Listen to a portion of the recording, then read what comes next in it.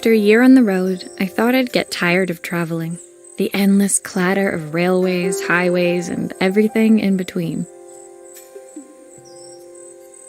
But as my train pulled into the station at Bellariva, I felt every bit as excited as the first day of my journey. A whole year. It felt like a lifetime.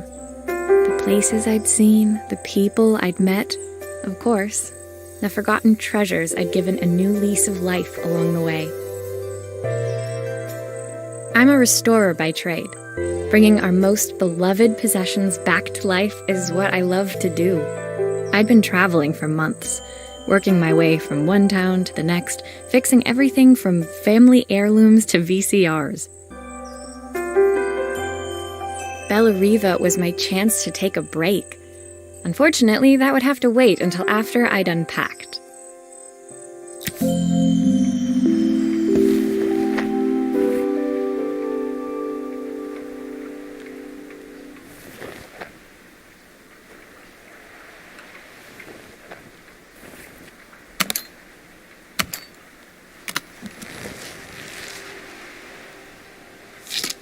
I picked up these sunglasses on my last stop. Hopefully I'm cool enough to pull them off. I saw a guitarist wearing these at a show once. Rock and roll repair woman, at your service. The tools of my trade. No hope of restoring things without these. My favorite overalls. These will never go out of style.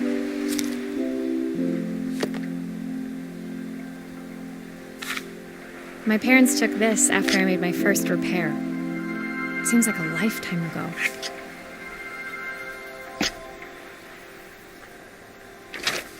I'll hand these out once I'm settled in. Fingers crossed they get me some work.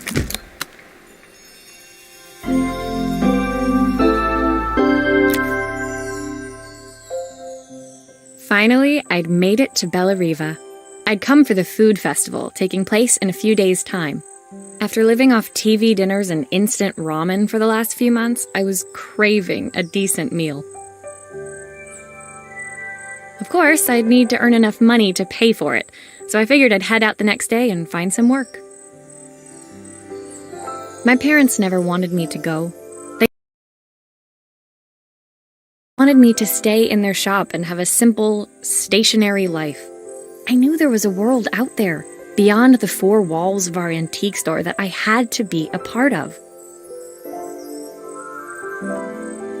I daydreamed constantly about the weird and wonderful places each of our antiques came from. I loved figuring out their stories, revealing the memories hidden beneath the screws and wires. My story in Bellariva began with a little girl, and a voice she was longing to hear.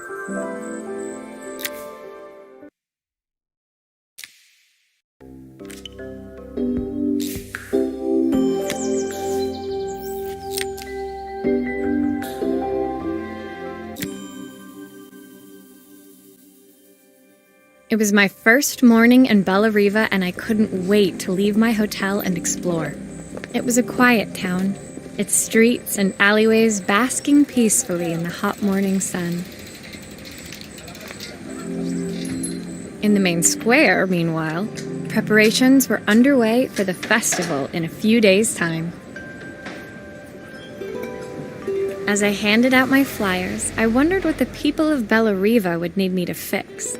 So far, everything here seemed perfect. I was starting to worry I'd made a mistake when I felt someone tapping me on the back. Hi, I'm Izzy. Do you know how to fix things? It was a little girl, maybe 7 years old, who must have gotten hold of one of my flyers. She rummaged around in her backpack until she hauled out a battered red cassette deck. My tape is broken and I can't make it work anymore. I tried to fix it myself, but there's this metal thing in the way. Can you try?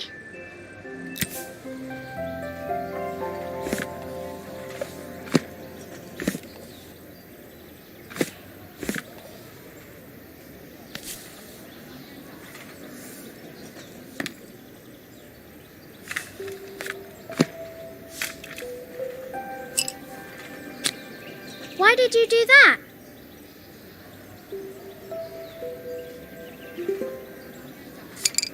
How did you do that? I didn't see.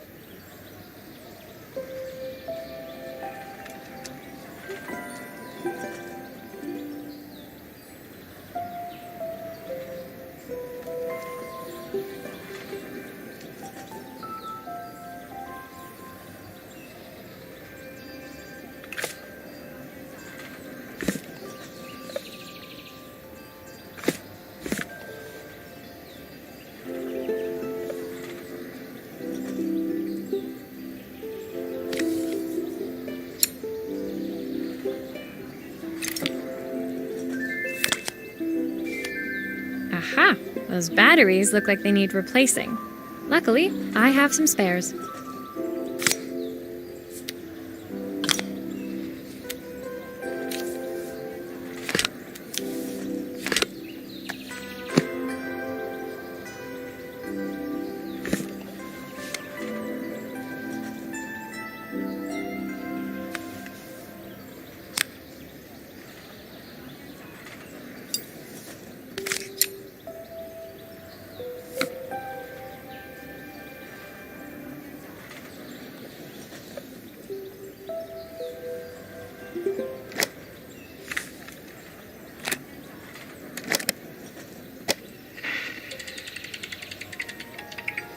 Will you dream a dream for me?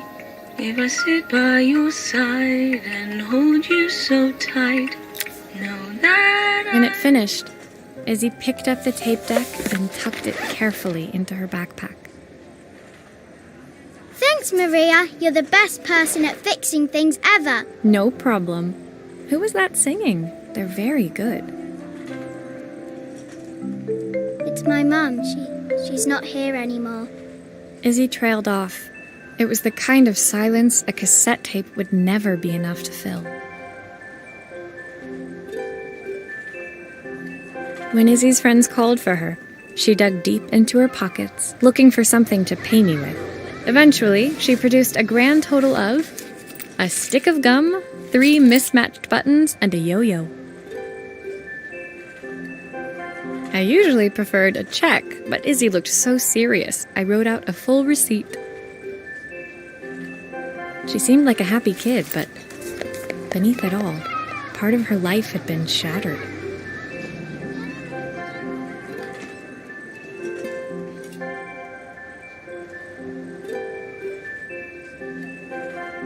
The part I wouldn't be able to fix.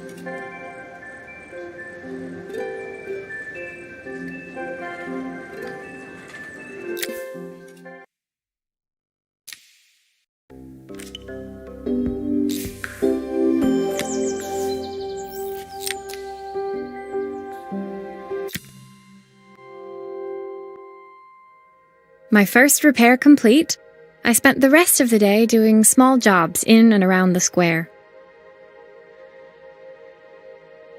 I was exhausted when I got back to my hotel and found a message asking me to make one more visit. The address led me to a quaint little house, a stone's throw from the beach. Bathed in the evening light, it looked beautiful, in spite of its flaking paintwork and chipped tiles. The front door was opened by a harried-looking man, still dressed from a long day at the office. Are you Maria? My name's Joseph. I'm Isabel's father. I'm so sorry she bothered you this morning. Please, come in. I'd like to settle up properly. On the mantelpiece, I saw the remains of a broken statue. Without thinking, I picked up a fragment. Ah, my father's statue. What's left of it, at least. Yet another way I'd have disappointed him. It survived 100 years in this family. But 5 minutes with Isabel and... Do you think you can salvage it?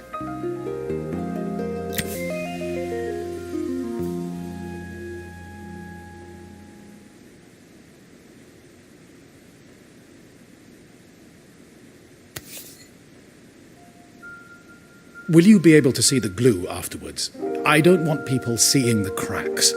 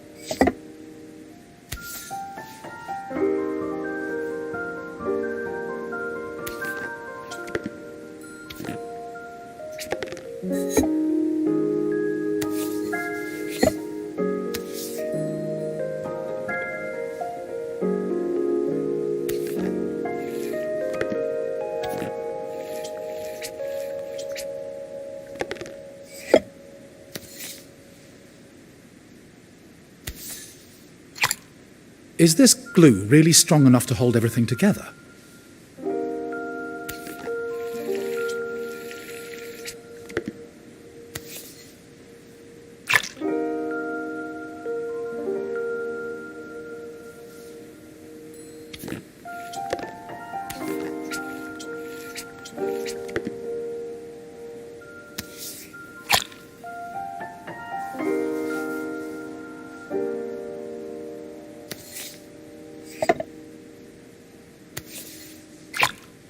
Sometimes I think my daughter should come with a warning label.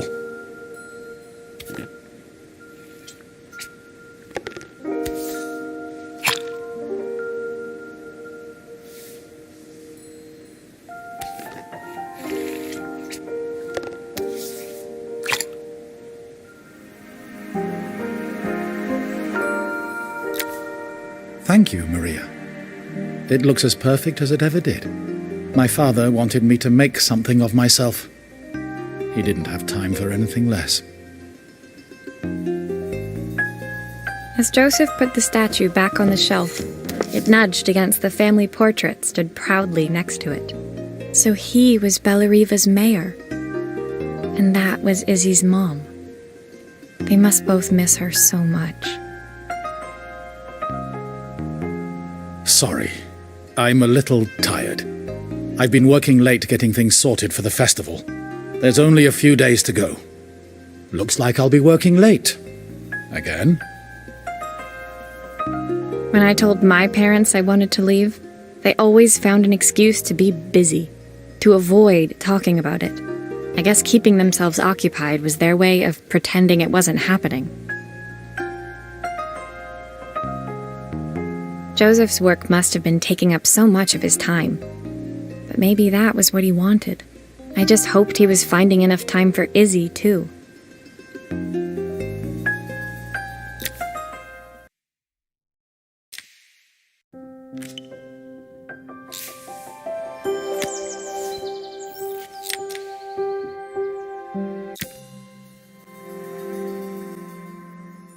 My second day in Bellariva dawned bright and clear. Another beautiful sunny morning. Walking into town, I passed cafes overflowing with customers cradling their morning coffees. I stopped, breathing in the smell of roasted coffee beans and freshly baked pastries.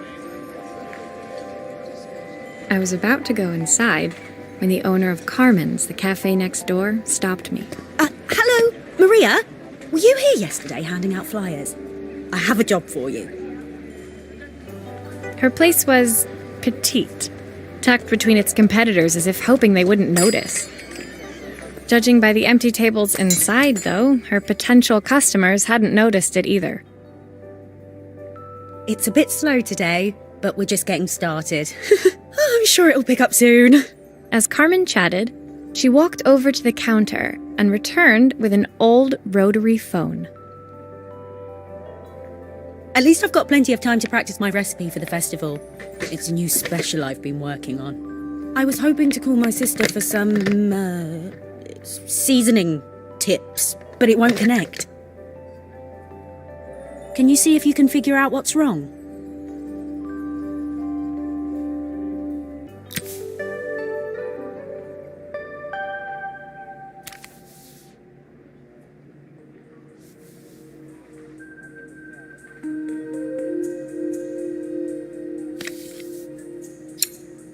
Obviously, we'd normally be much busier than this.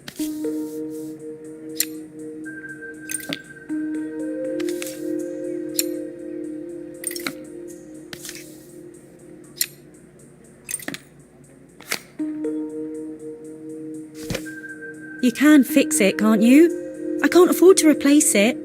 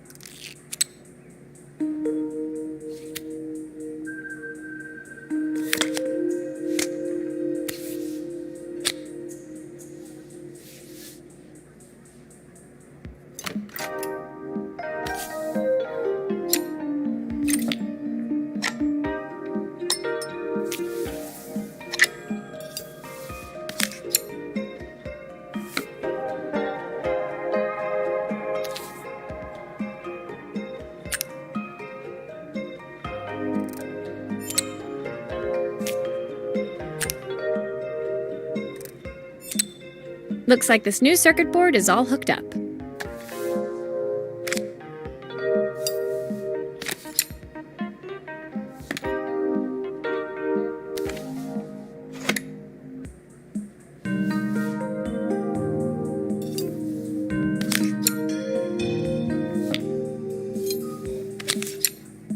I think I've missed a screw somehow.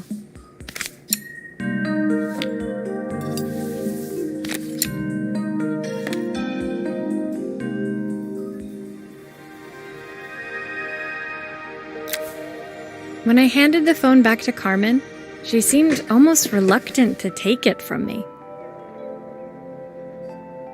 So it's all working now, is it? I don't have to leave it to dry or let it cool down? Nope, it's ready to go.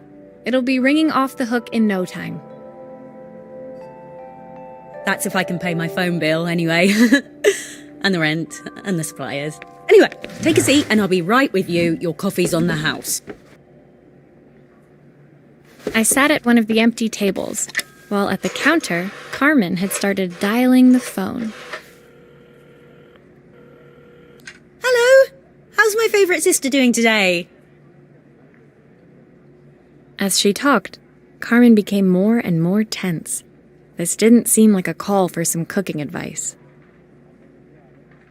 I know I still owe you from last time, but I can't afford to take part in the festival if I don't pay. I could almost feel the eye roll at the other end of the line.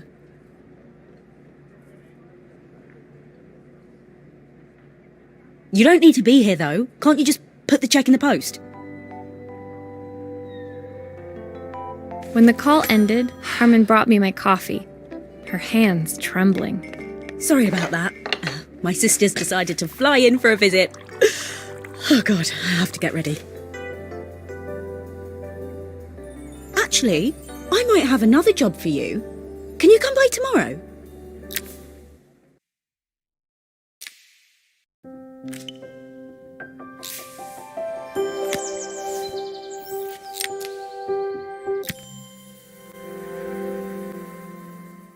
The next day, I'd promised Carmen I'd return to help her get the cafe ready for her sister's arrival.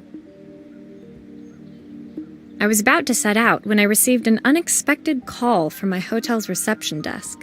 Apparently, another guest had asked for me by name. Curious, I took the creaking elevator up to the top floor and made my way to the room number they'd given. I knocked. Are you here about the camera? It's about time. The woman in front of me was immaculate. Not a hair out of place or a crease to be seen. My sister tells me you know how to fix things. I'd usually go to an expert, of course, but in this town... So this was Carmen's sister? The two of them couldn't have been more different. Inside her room, I saw a beautiful reflex camera, any professional photographer's dream. The viewfinder is completely dark. I can't see anything through it at all. I assume you can figure out what's wrong?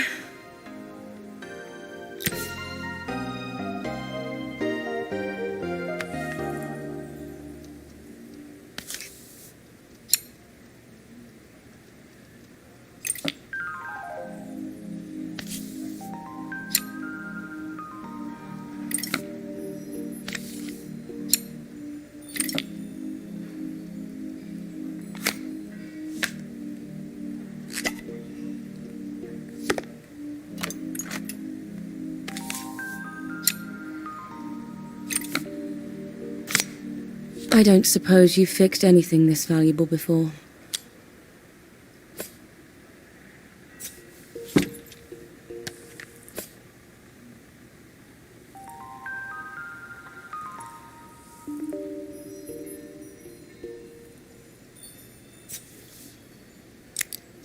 If I used the screwdriver, I could adjust the angle of the mirror.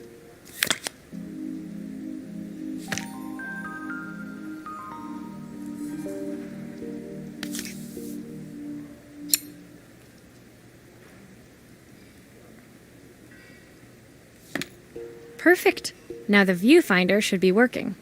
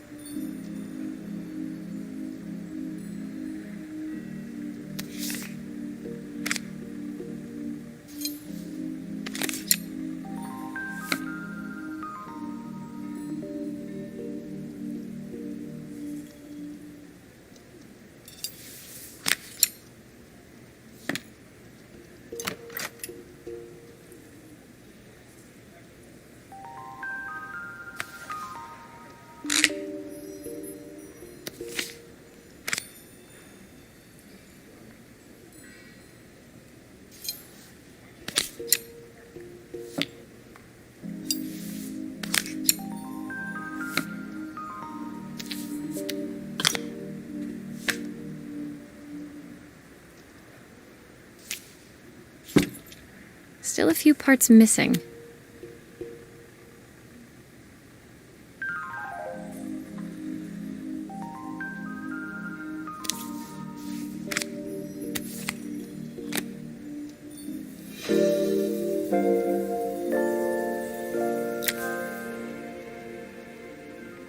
I felt a pang of envy as I handed the camera to Helena. I put my disposable to shame. I picked it up on my first trip to Paris. It's a 1958 limited edition, the first of its kind. It cost me 3 months' salary, but it was worth it. I had no idea what 3 months' salary meant to Helena, but I was pretty sure it was more than I could afford.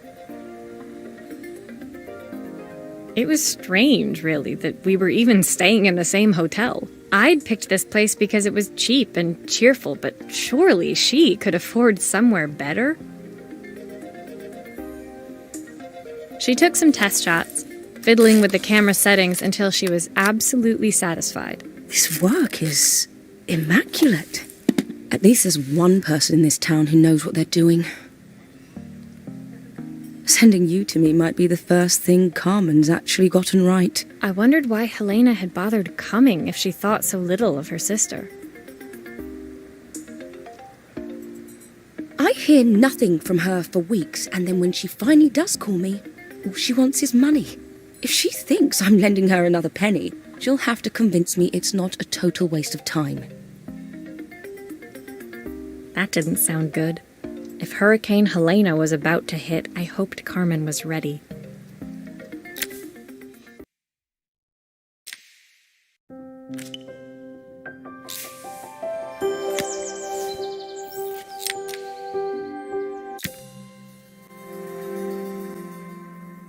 The sun was setting over Bellariva by the time I reached Carmen's cafe. From the outside, it looked as quiet as ever, but inside, I found Carmen cleaning like her life depended on it. Maria! Oh, don't mind all of this. If Helena finds one speck of dust in here, I'll never hear the end of it. Carmen seemed pleased to see me, but I sensed the fidgeting tension beneath each sweep of her mop. Trying to live up to the standards of someone like Helena seemed like an impossible task. I hope you didn't mind fixing the camera for her. She was furious when it broke. I really need this to go well. If she doesn't lend me the money, I don't know how long I can keep this place going. Carmen led me to a back room, where she'd laid out the components of what looked like a neon sign. I had this made when I first opened the cafe, but I'm hopeless with electronics. So there was supposed to be a sign outside. This might explain the lack of customers. I'd like to put it up before Helena gets here. Can you give it a try?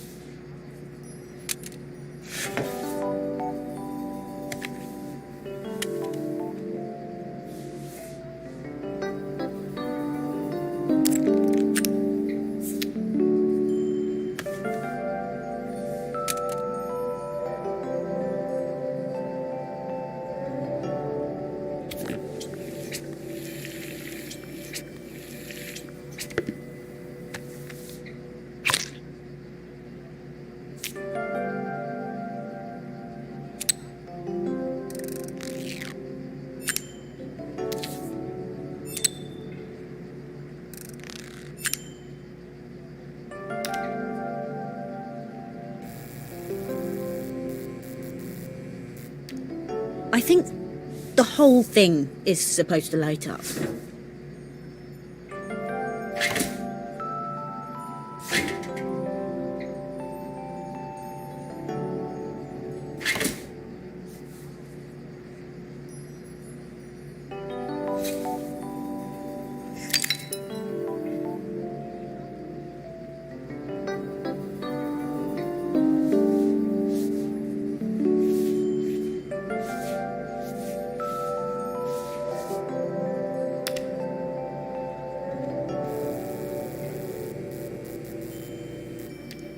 I don't know, it's a bit, flat. Maybe if it flashes, it'll really catch people's eye. Great idea! I think I have a spare part that could do that.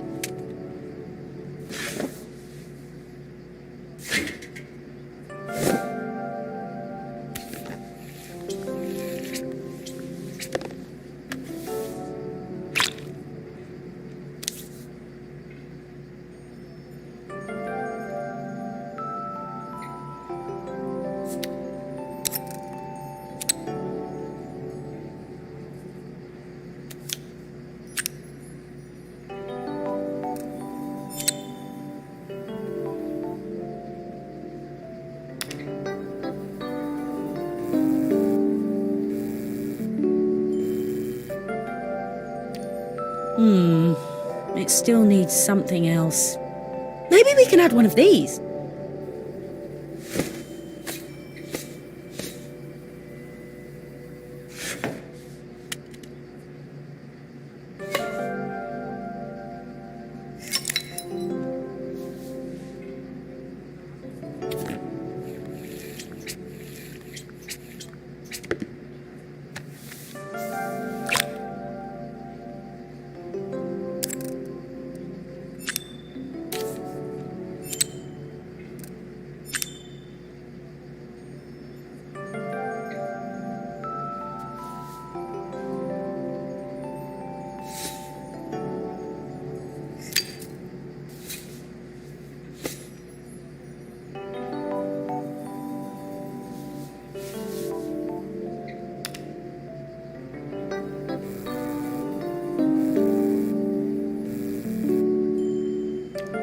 It works! I'll screw everything together again and you'll be set.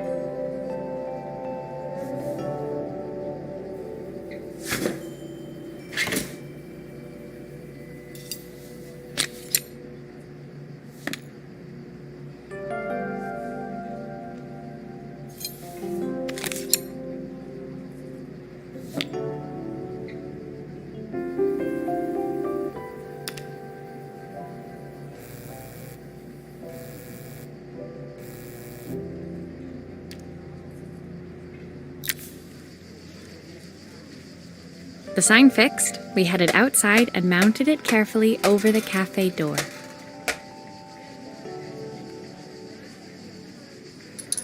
Oh, that's perfect, Maria. It looks just how I imagined it.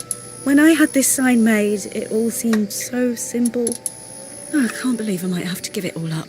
I hope I've done enough. The smile froze on her face as she spotted something over my shoulder. I turned to see. Of course, my sister owns the only cafe in this entire town that isn't actually open. For better or worse, Helena had arrived. Carmen opened her mouth to explain, but Helena swept indifferently past her. Finally pausing in the doorway, she turned back towards Carmen. The first thing we're doing is getting rid of that hideous sign. And with that, she disappeared inside. I hoped Carmen's chances of saving the cafe hadn't disappeared with her.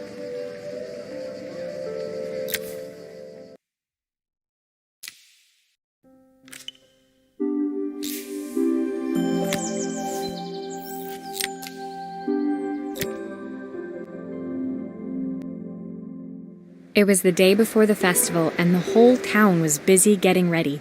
I had more work than I knew what to do with. When Joseph called with another job, I was craving the cool quiet of his and Izzy's seafront house. I'd barely reached their front door when I heard someone calling me. Psst, Maria, I need your help. Quickly, it's top secret. It was Izzy, peeking out from the side of the house. She beckoned for me to follow her. She led me through to a beautiful, unruly garden overflowing with flowers of every color. Nestled among them was a playhouse, its doorway almost completely obscured by a towering rose bush. You have to squeeze past it and breathe in real small, like this. Izzy took in a big gulp of air and crawled through the gap and into the playhouse. I hadn't planned on crawling in the dirt today, but the life of a repairwoman never did run smooth.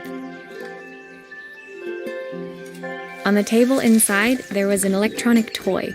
Not exactly the usual stock in my parents' antique shop. I had an accident. I didn't do it on purpose or anything, but it won't turn on anymore. Can you fix it for me?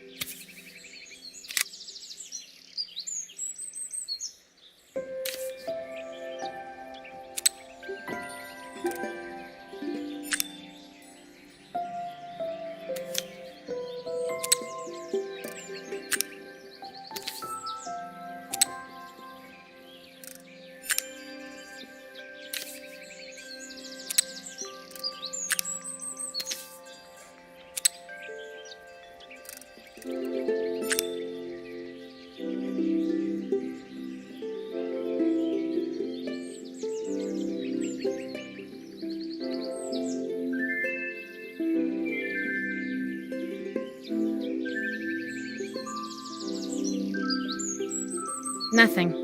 Maybe there's an issue with the battery.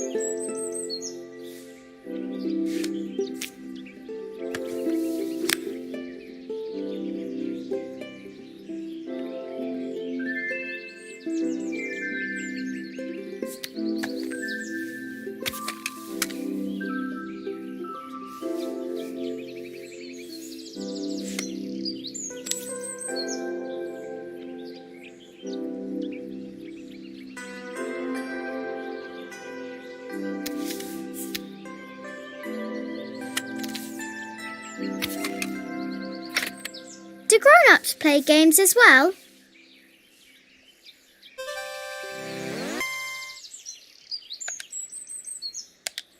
Can you show me how to play? I tried before, but it was so hard.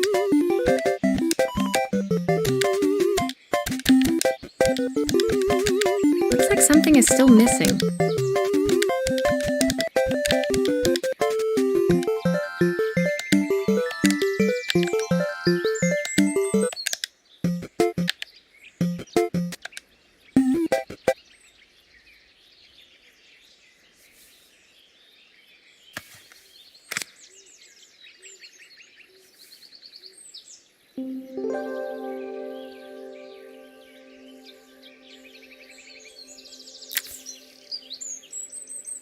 Her toy fixed, I watched Izzy retreat into its screen, taking refuge in a 3-inch world of her own.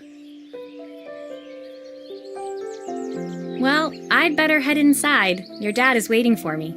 Please don't tell him about the game. He'll think I broke it on purpose.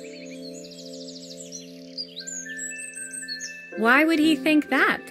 Because, well, I kind of dropped it really hard at the wall. Izzy looked down, scuffing her shoes on the worn floor of the playhouse.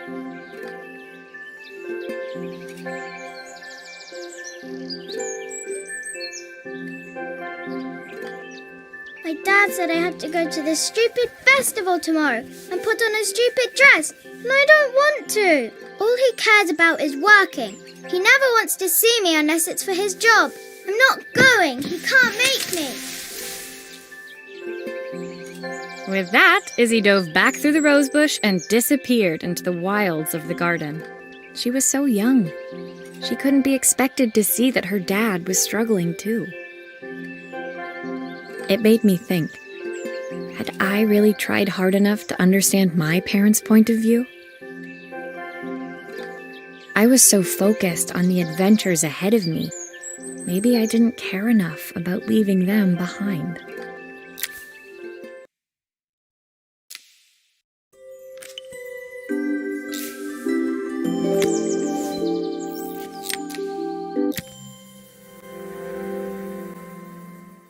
Leaving Izzy hiding in the garden, I walked around to the front of the house and rang the doorbell. It was only then I noticed my favorite overalls covered in grass stains. I scrubbed desperately, but it was too late. Maria, what are you doing? What happened to your clothes?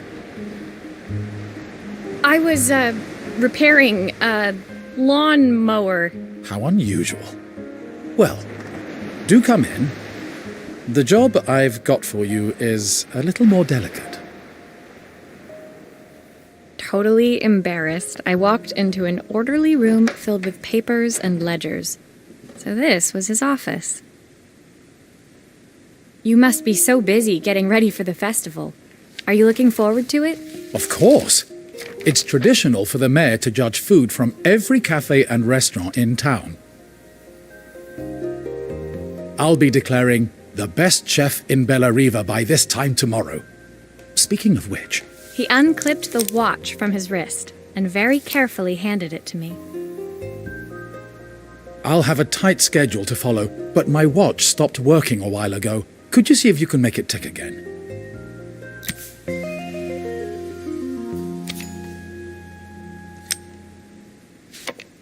Are you sure it will all fit back together?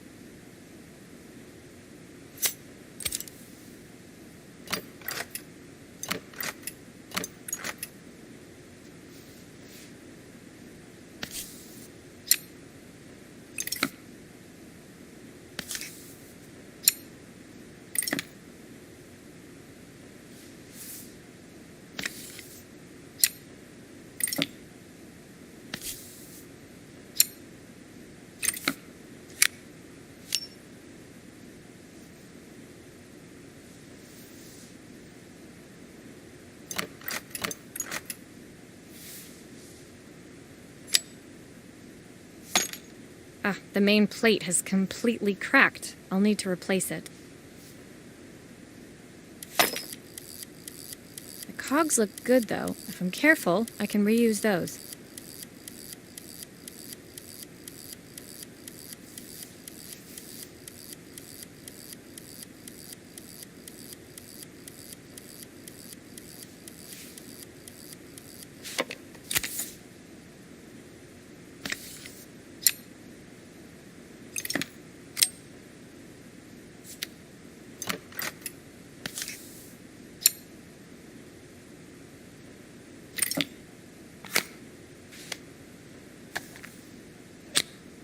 I've not gone a day without this watch since my wife gave it to me.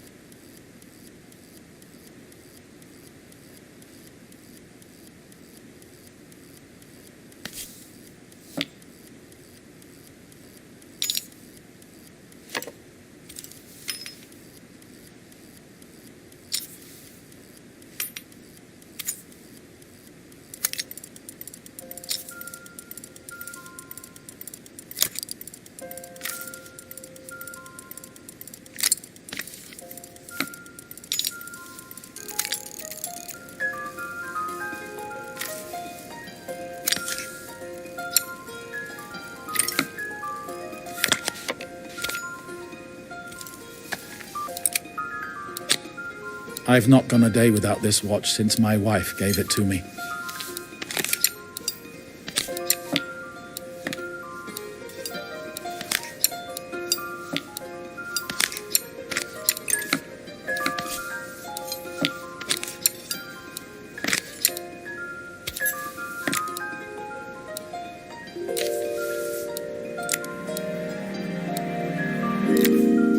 As I handed the watch back to Joseph, my fingers traced over the engraving on the back.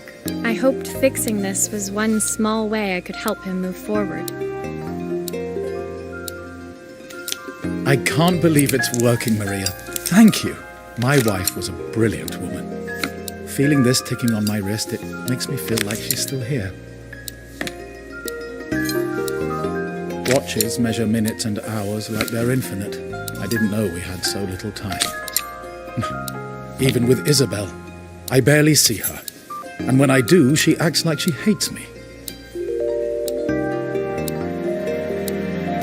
Just then, the phone rang. Even As when I he handed was the at watch home, back his to work Joseph. was never done. My fingers Sorry, Maria. traced I over have to the take this. engraving on the back. I hoped I'll see fixing you at the this was festival one tomorrow. small way I could help him move forward.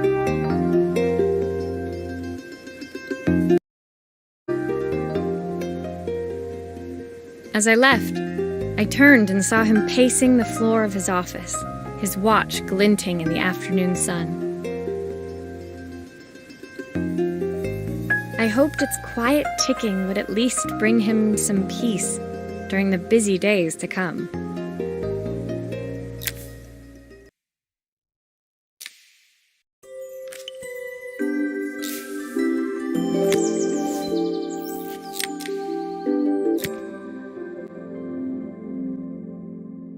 When my last job of the day brought me to Carmen's apartment, the door was opened by someone I didn't expect to see, Helena.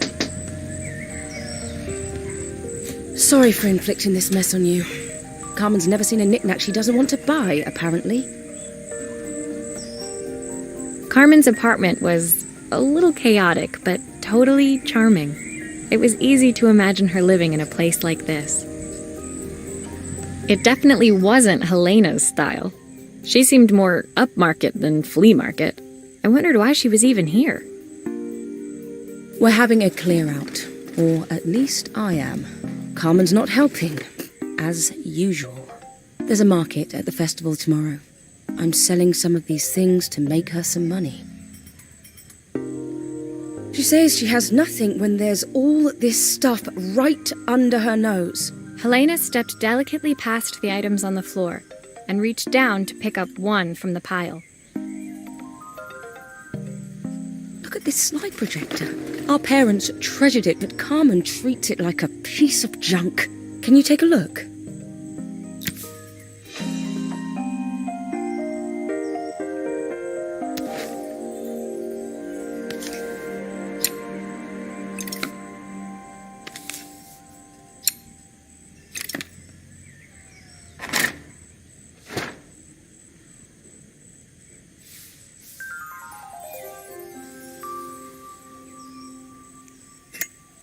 That light bulb is completely smashed. Okay, I'll need to redirect the light to the lens at the top for the projector to work.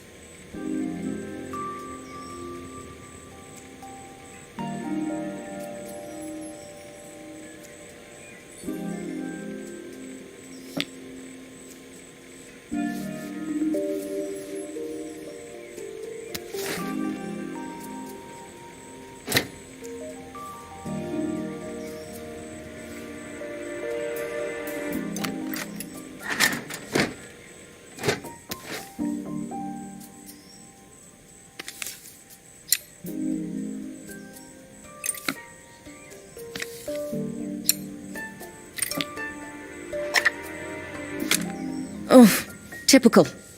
Carmen's even managed to get a slide stuck in here.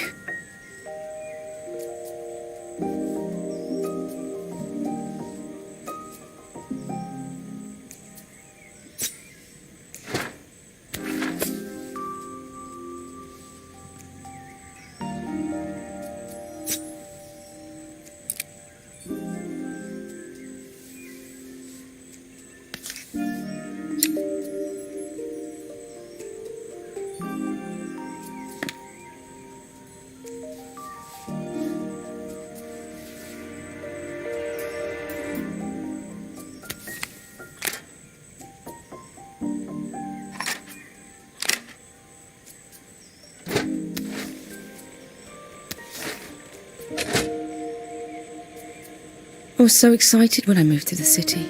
Carmen, she looked so sad.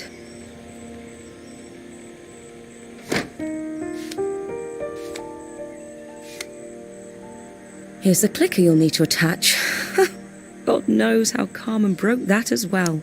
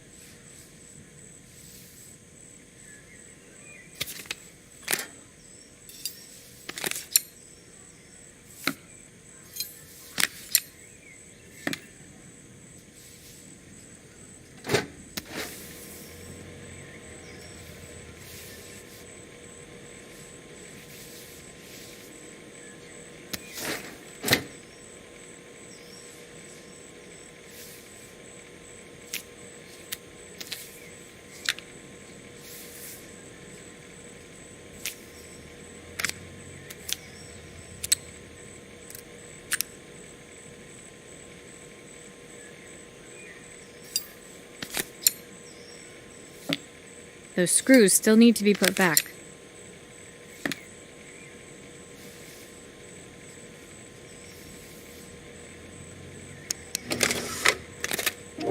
When we were younger, Carmen was always following me around.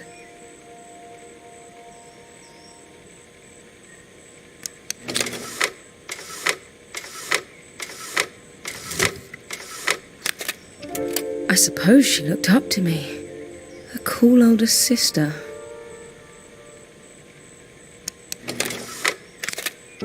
She used to ask me when I was coming home, but I was always too busy.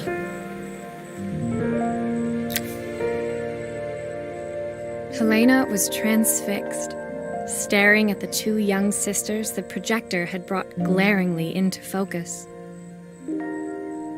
I never meant to let her down. But you haven't, have you?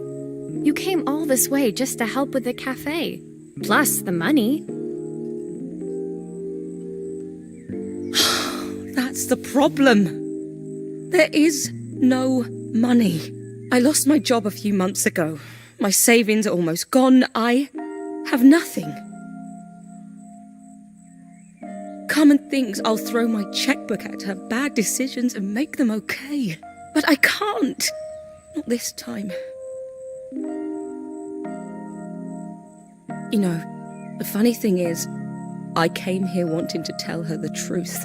But she's so infuriating. How can I ask her for help when all she cares about is herself?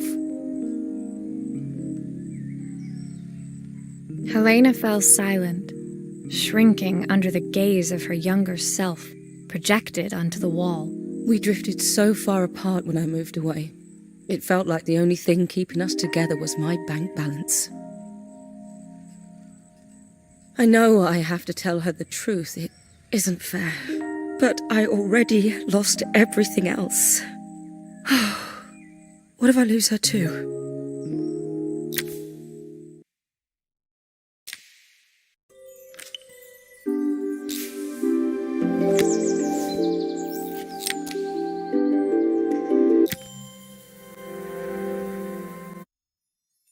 The day of the festival finally came, and after all my hard work, I was ready to put down my tools and pick up a fork. The smell as I entered the main square was incredible. Each stall was selling food even more delicious than the last. The competition would start any minute.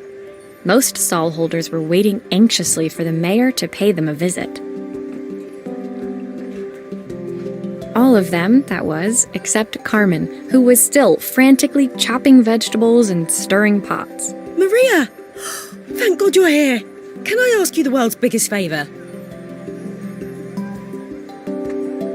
Helena was supposed to help me run the stall today, but she never turned up. Probably too ashamed to show her face. I can't believe she lied to me. Carmen was stirring so furiously she was in danger of tipping the pot over altogether. The mayor will be here any minute for the judging, but I'm almost out of my special. She wasn't really going to ask me, was she? Not on my day off. I have a stove ready to build and everything. Can you set it up and make me a spare batch?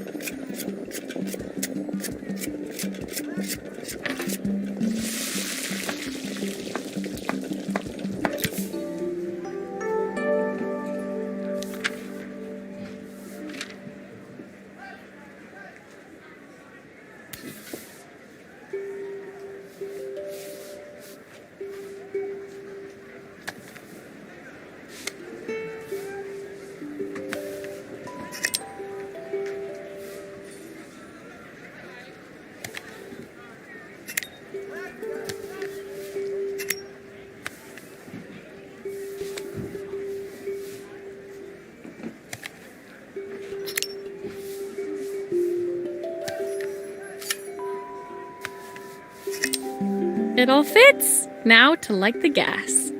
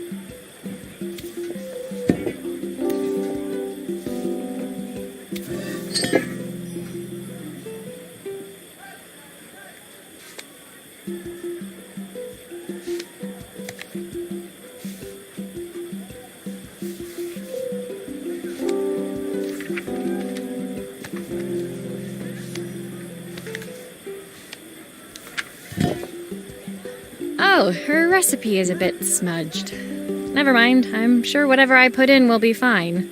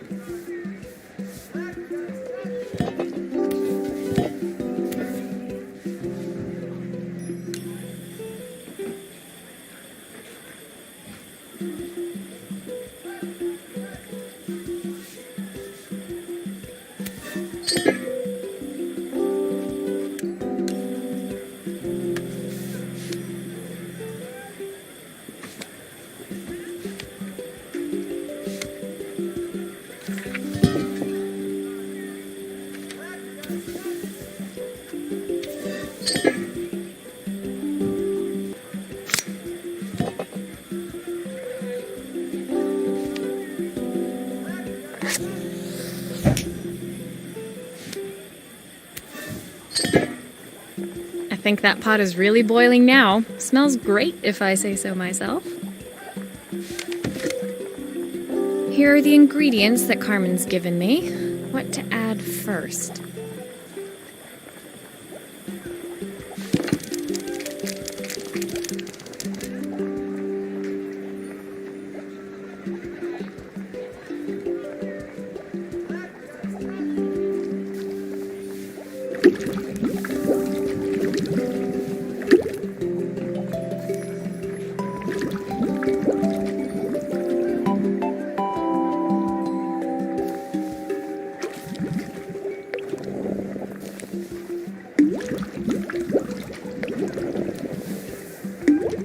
That looks good. I'll scoop a spoonful when I'm ready to serve.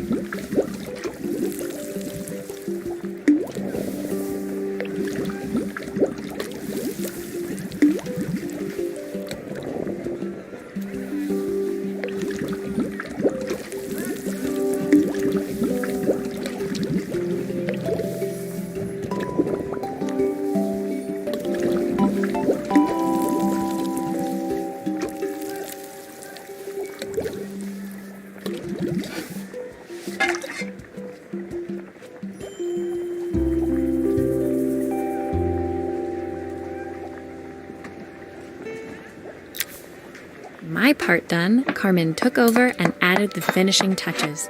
It was just in time, as a moment later, Joseph arrived with Izzy in tow. Carmen anxiously handed them both a serving. That was so tasty. Can I have some more, please? Well, you've certainly earned yourself a loyal customer in my daughter. We have a few more meals to taste, but so far you are one of the best. Good luck. Joseph and Izzy looked so happy together. Maybe the festival was doing them some good after all.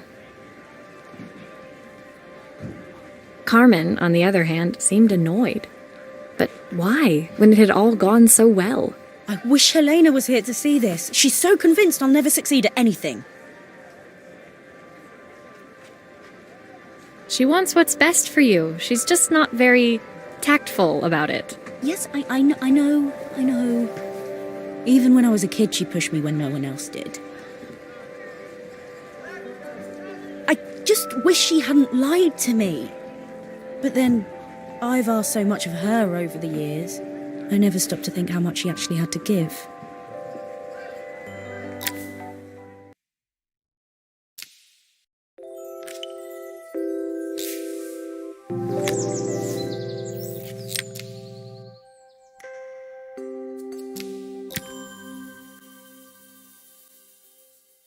The festival finished. I only had one day left before I had to catch my train and leave Bella Riva behind.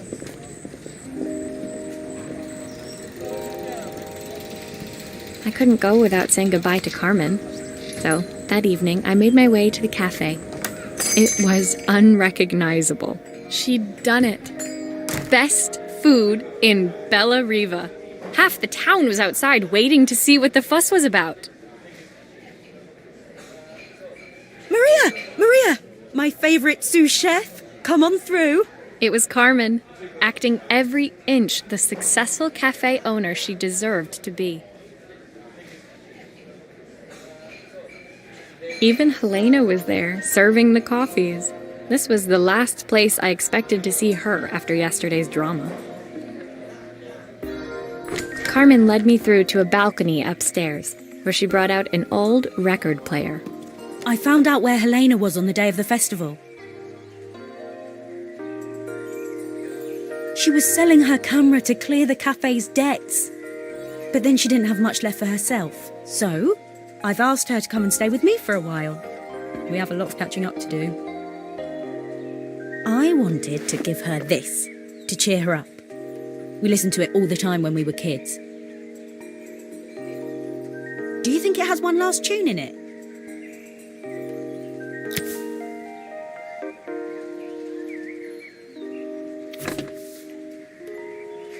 Okay, let's see what happens when we turn this on. The speaker isn't connected properly. I should check the wiring.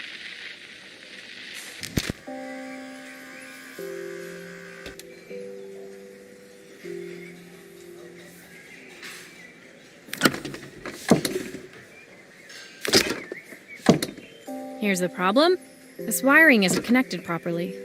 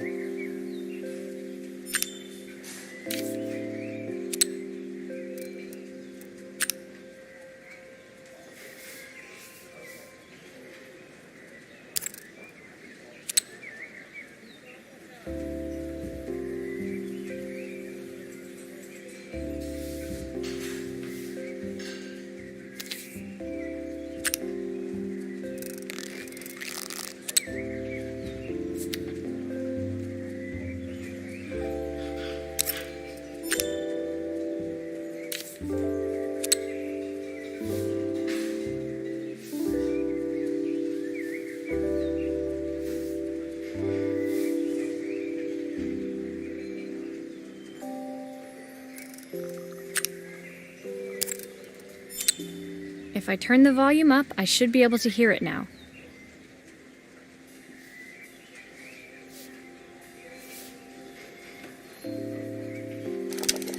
The speaker isn't connected properly. I should check the wiring. The speaker isn't connected properly. I should check the wiring.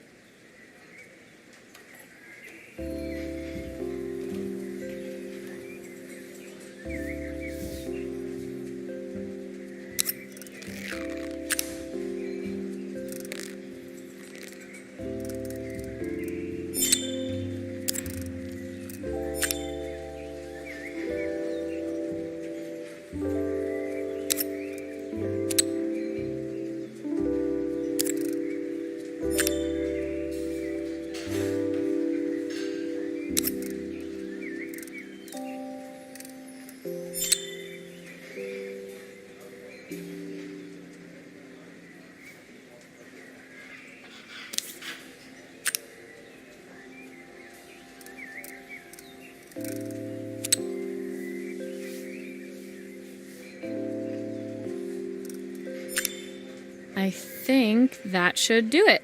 This record should play beautifully.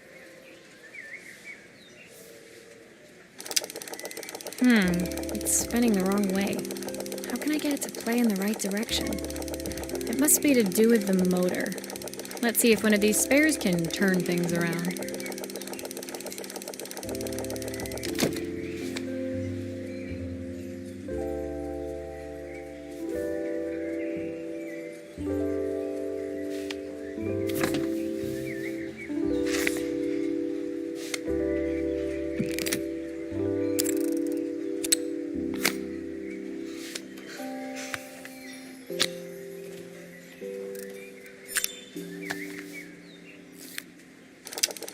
This motor doesn't seem to work. Maybe I'll have better luck with a different one.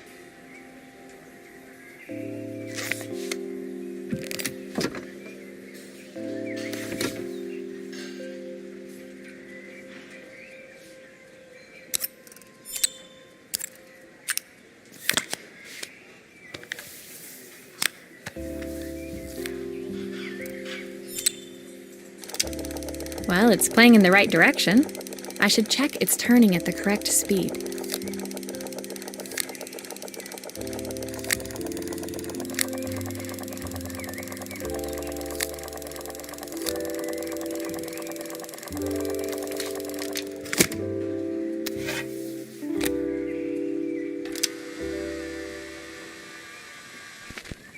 What will remain of these days? The sweet.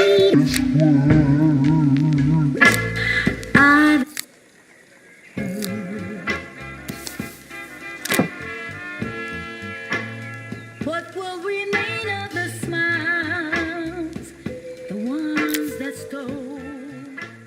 The record player's crackling tune must have caught Helena's ear, as she appeared a few moments later. Is that my old record player? I can't believe you've kept it all these years, Carmen. Leaning over the music, they looked just like the young sisters the slide projector had preserved all these years, inseparable once again. Carmen told me about your camera. That was a really generous thing to do. I loved that camera, but I love my sister more. Now it's her time to be the person she wants to be. I'm going to stay here with her for a while. Make up for lost time.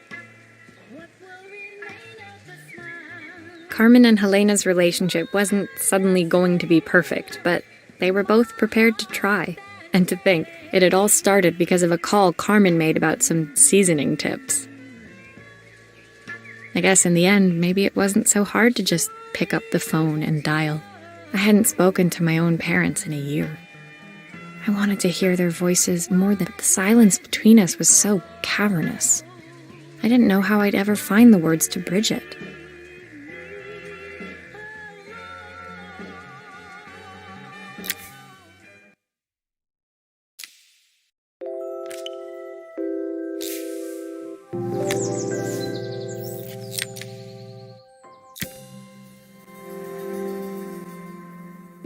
My final morning in Bella Riva, I received one last call out to Joseph and Izzy's house. I knew I had to pack, but I figured I could squeeze in one final job before I had to leave. When I arrived, I found Joseph tidying up his wilderness of a garden. The playhouse was already cleared.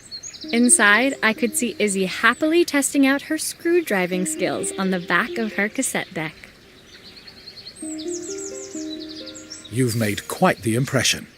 Izzy, tells me she's going to be a repairwoman like Maria. I'm sure she could be anything she wanted if she put her mind to it. She could. She's a brilliant child. Spending the day with her at the festival, I haven't had so much fun in ages.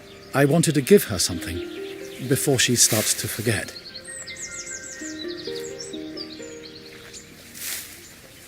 Inside, the house was transformed, flooded with light and the sounds of the garden. It felt alive again. This would be my last repair in Bella Riva, but it felt like it was the house that had really been restored. It's a music box. It used to play beautifully, but now when I wind it up, nothing happens. I'd love for Izzy to hear it sing again. Can you help?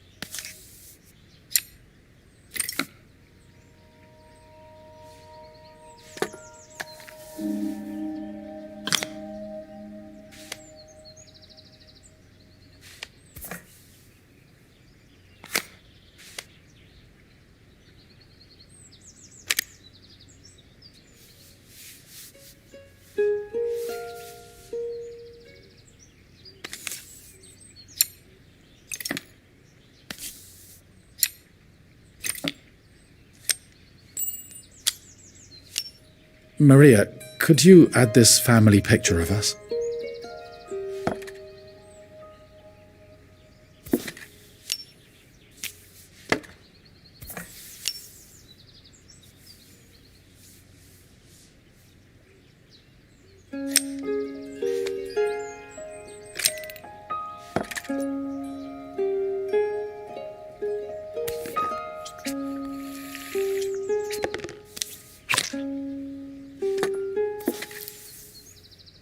This mechanism is completely broken. I'll need to take it all apart before I can fix it.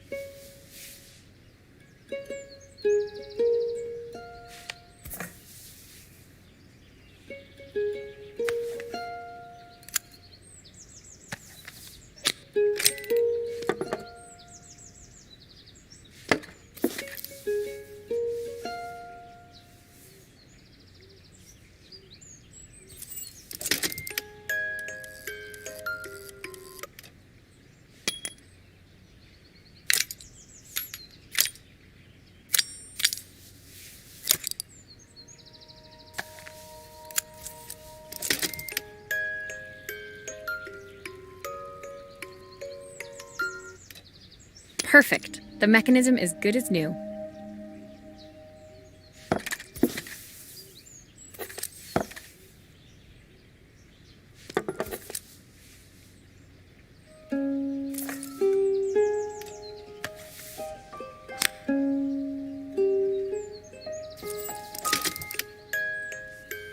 Looks like something is still missing.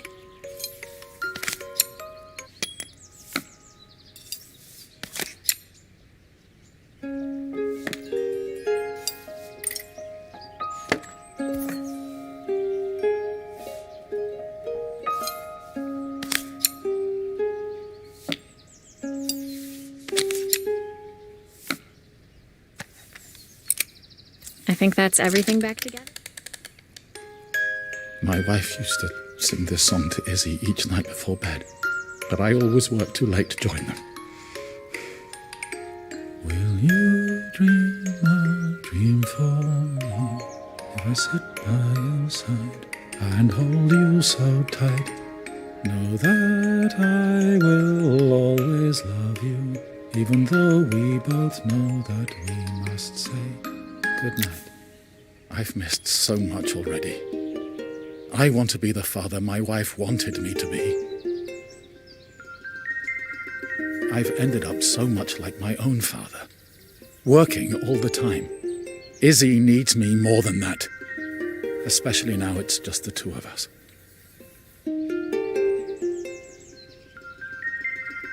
My daughter comes first. Well, until she gets bored of her stuffy old dad anyway.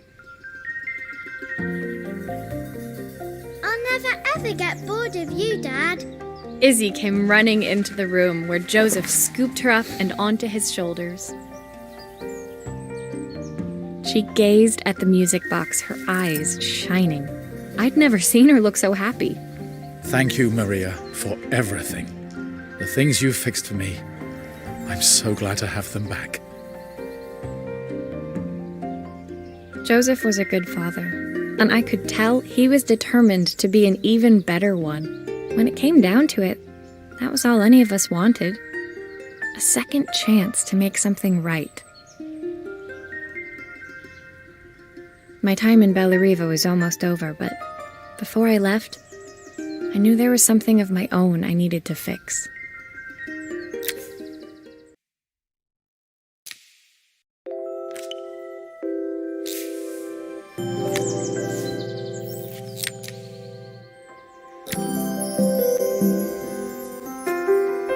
My time in Bellariva was almost at an end. Another chapter finished in a story whose ending I hadn't felt ready to write. The people I'd met, the items I'd restored, they'd taught me so much about what was really important. Pulling out my suitcase from beneath the bed, I remembered the day I stole it from my parents' shop, the day I left. Afterwards, I was too ashamed to call them, to apologize. It was a guilt I'd been carrying around every day since. As I packed, I knew that it was up to me to find a way to lighten the load.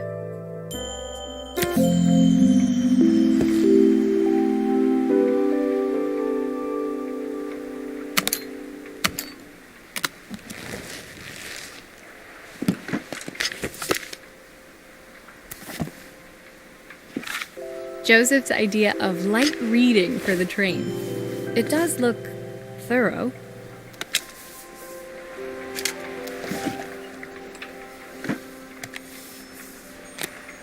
Helena gave me these designer shirts. Not sure I'll pull them off as well as she does. My train ticket. I can't believe it's time to leave Bellariva behind. My parents would love Bellariva. Maybe I can convince them to make the trip.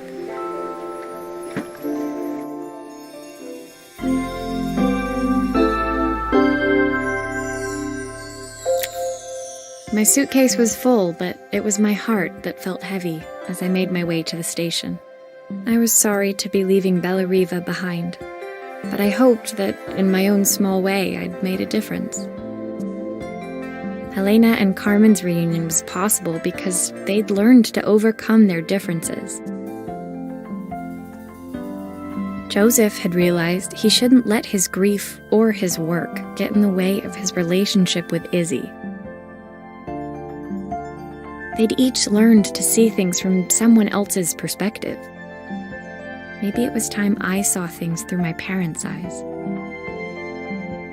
I knew it would be easier to jump on the next train, put even more distance between us, but I finally felt ready to talk to them. I just didn't know if they would feel the same. Did I even remember their number? I wasn't sure until I reached for the phone and it all came flooding back.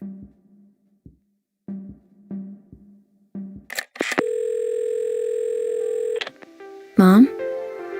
Dad? Maria? Is that you?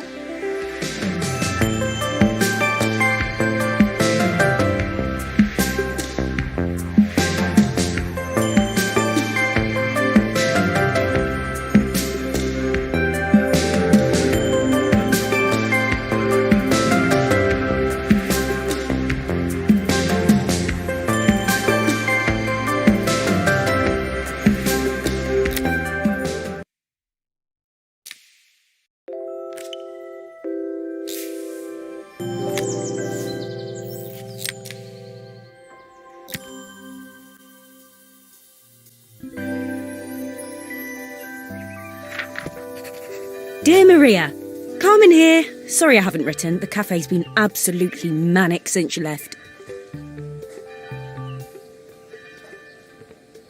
Luckily, I have Helena here to help. You wouldn't recognise her. She's like a new woman. She's always running round, taking orders and making drinks. I even heard her compliment a customer on their outfit. Personally, I draw the line at fluorescent green bowling shirts, but each to their own. It certainly made the customer smile. She misses the city, though. Bellariva's many things, but it's definitely not as chic as she'd like. She said there was a coffee shop near her old apartment where they made coffee with a shape drawn on top. It got me thinking, I'm an award-winning chef. I can figure out how to put a leaf on a cappuccino. A bit of cosmopolitan coffee might be just what Helena needs. Of course, ordering a new coffee machine was the easy part. I wish you could have seen the mess I got into trying to put the thing together.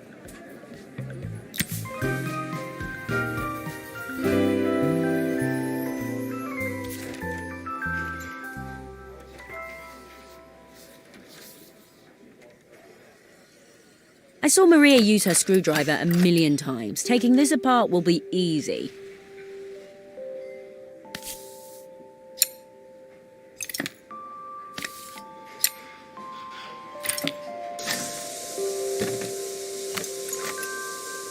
These pipes look pretty simple.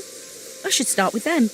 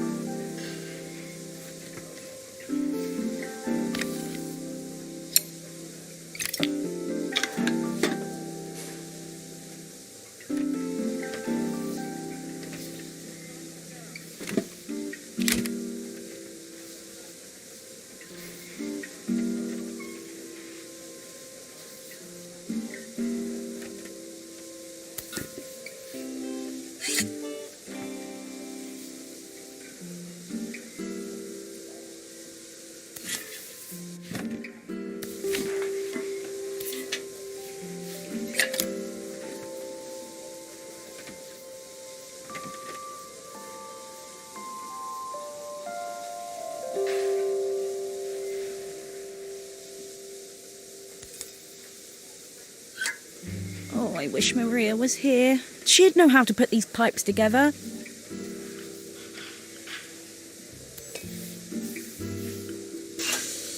How can there be so much steam? Ugh, I'm getting soaked.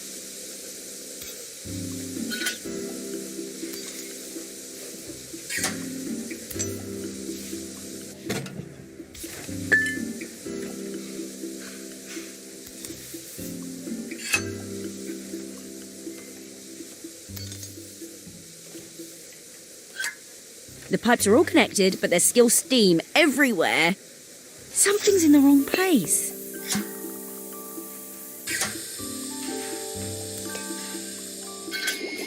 Why is there so much steam? That can't be right.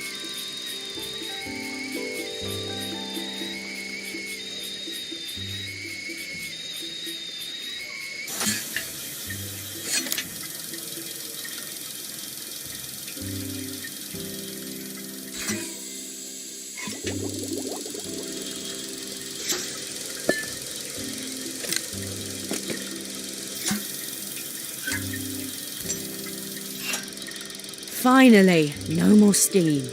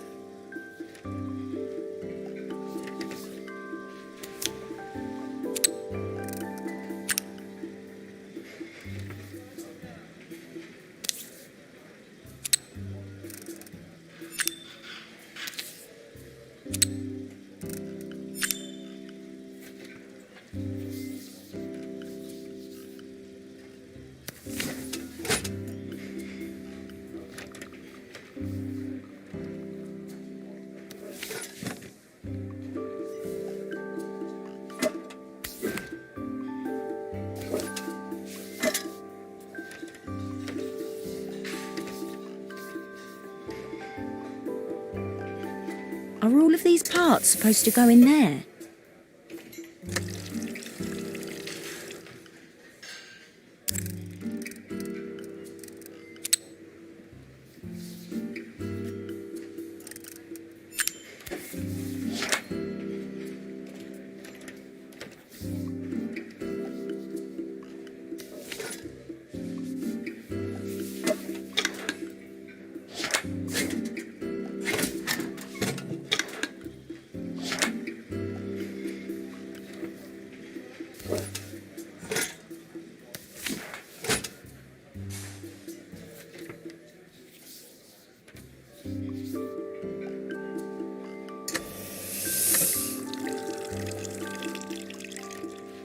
It looks like I've forgotten a screw.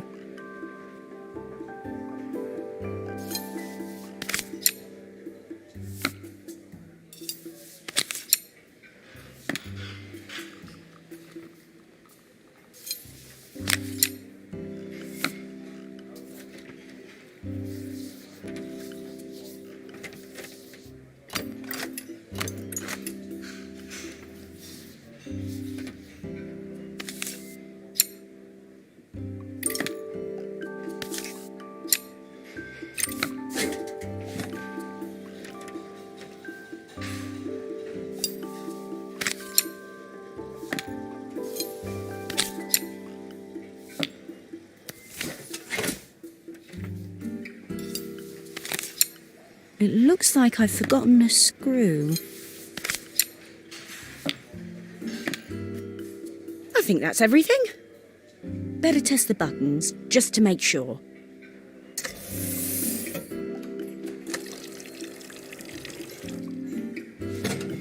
All done.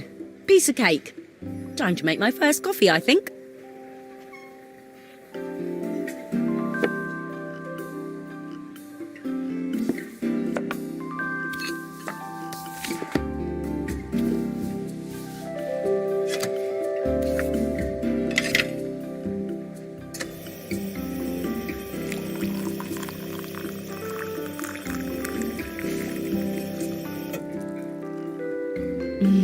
Smells delicious.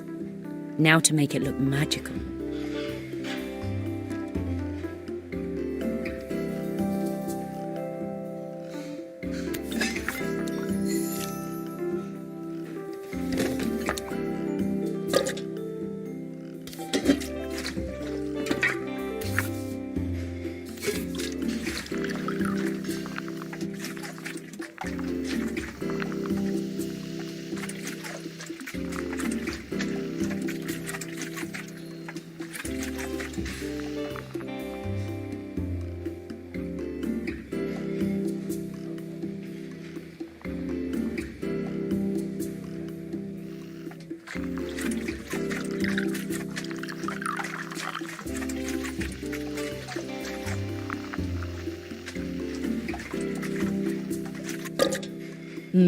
A perfect coffee.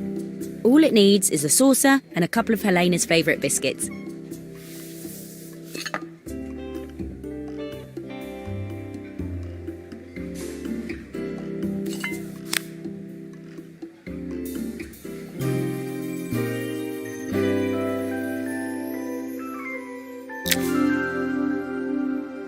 I was feeling more has-been than coffee queen by the time I'd made a drink fit for human consumption. It looked a bit, postmodern, but knowing Helena's refined tastes, I hoped she'd think it was intentional. Always the connoisseur, she didn't even bother to look at it at first. She was so busy wafting it under her nose. Steamed up her glasses, of course. How was she going to see my work of art through an eye full of fog? When she finally spotted it, though, she was totally impressed. I'll admit, she spent several minutes trying to figure out exactly what it was I'd drawn. She decided it was probably a horse. Well, what she doesn't know won't hurt her. She was impressed enough to ask for another one. I guess I'll need to get some practice in. The whole thing was such hard work, Maria. I never realised how difficult it was, all that mechanical stuff. It made me realise how much I have to thank you for, so I wanted to say that now. Better latte than never. Hoping you're well. Your friend.